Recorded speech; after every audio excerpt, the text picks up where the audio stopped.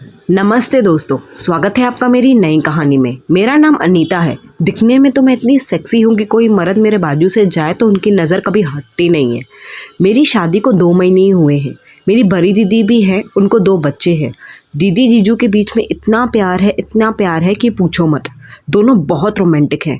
मुझे भी ऐसे ही कपल बनना था, पर मेरी किस्मत तो फूटी की फूटी रह गई। जो सोचा था वो तो कुछ हुआ ही नहीं। पूरी कहानी ज़रूर सुनना, लाइक, शेयर और सब्सक्राइब भी ज़रूर करना। मेरे जीजू मुझे बहन की तरह मानते थे और मैं उन्हें भाई की तरह। शादी के कुछ दिन बाद मैं उनके घर गई रहने। दी और जीजू जब देखो किसेस हग्स करते रहते और मैं गर्म होती रहती। अभी आपको मेरी किस्मत के बारे में बताती हूँ। मैंने शादी बहुत एक्साइटमेंट में ज़ोरों शोरों से की थी।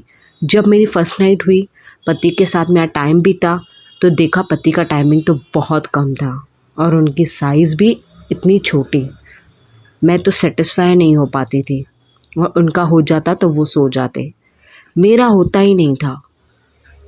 तो जब भी खुद से करना होता मैं बाथरूम चली जाती वाइब्रेटर लेके और दिमाग में पता नहीं क्यों जीजू की शक्ल याद आ जाती। फिर जब भी मैं उनके घर रहने गई और जब रह ही रही थी, जीजू की तरफ मेरा नज़रिया चेंज हो गया था।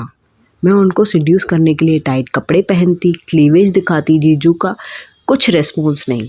एक दिन मैं और जीजू सिर्फ शॉपिंग के लिए गए थे। वहाँ मैं बार बार जीजू का हाथ पकड़ रही थी, कभी कभी उनकी फुल बॉडी पे टच कर रही थी। पूरी कहानी ज़रूर सुनना। जीजू गुस्से में आ गए। मुझे बोला, ये सब क्या हो रहा है अनीता? क्या तुम अपनी शादी से खुश नहीं हो? तो मैंने हाँ बोला।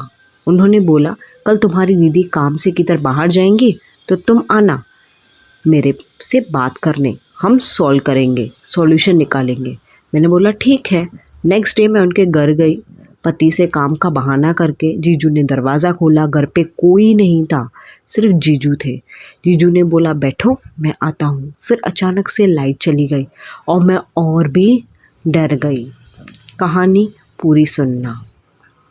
जीजू पीछे से आकर मेरी कमर पकड़ ली और अंधेरे में मैं तो डर गई। फिर नेक पे किस किया, मेरे तरबूजे दबाए। मुझे अच्छा लगने लगा। बोल रहे थे कि मैं तुम्हारे लिए तड़प रहा था। मैं अंदर ही अंदर खुश हो रही थी।